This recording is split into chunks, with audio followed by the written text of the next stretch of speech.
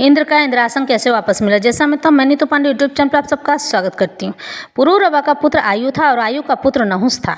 एक बार की बात है, वृत्तासुर वध के समय एक ब्रह्मवेता ब्राह्मण विश्वरूप से हवन यज्ञ और विष्णु रक्षा कवच का पाठ करवाया। चूंकि विश्वरूप की माता राक्षसी थी, इसलिए विश्वरूप ने चुपके से यज्ञ का आधा भाग देवों को और आधा भाग राक्षसों को देने लगे। यह बात जब इंद्रदेव को पता चली तो उन्होंने विश्वरूप का गला काट दिया, जिससे इंद्रदेव को ब्रह्म हत्या का दोष लग गया, जिससे इंद्रदेव पछताने लगे। ब्रह्म हत्या के पाप की सजा अत्यंत ही कठोर होती है। इस पाप से बचने के लिए इंद्रदेव 1000 वर्ष के लिए तपस्या करने के लिए चले गए। पृथ्वी पर जाकर कमल की नली में तपस्या करने लगे। इंद्रासन खाली न रहे, इसलिए देवताओं ने नहुस को इंद्रपद संभालने को कहा।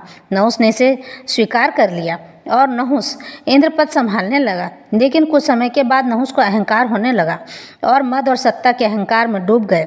वहीं उसे इंद्रदेव की पत्नी सची से कामासक्त होने लगा और बार बार इंद्राणी को मेरी हो जाओ, तुम्हें अत्यंत ही प्रेम करता हूँ कहने लगा। इंद्राणु को नहुस की सोच का पता चल गया और भागकर देवगुरु बृहस्पति के पास पहुँच गया। फिर देवगुरु बृहस्पति ने इंद्र की खोज आरंभ कर दी।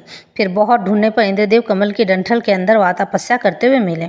फिर देवगुरु और इंद्राणी ने मिलकर सारी बात इंद्रदेव को बता दिया।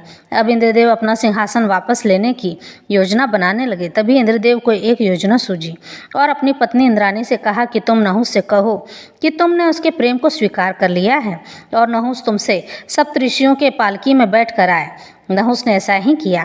तब इंद्र पालकी के पास गुप्त रूप से जाकर कहते हैं, सर्प सर्प जल्दी चलो सर्प। अगस्त ऋषि क्रोधित हो जाते हैं एवं 10,000 वर्षों तक सर्प योनि में भटकने का श्राप दे देते हैं नहुस को। इस तरह इंद्रदेव का छीना हुआ सिंहासन पुनः वापस मिल जाता है।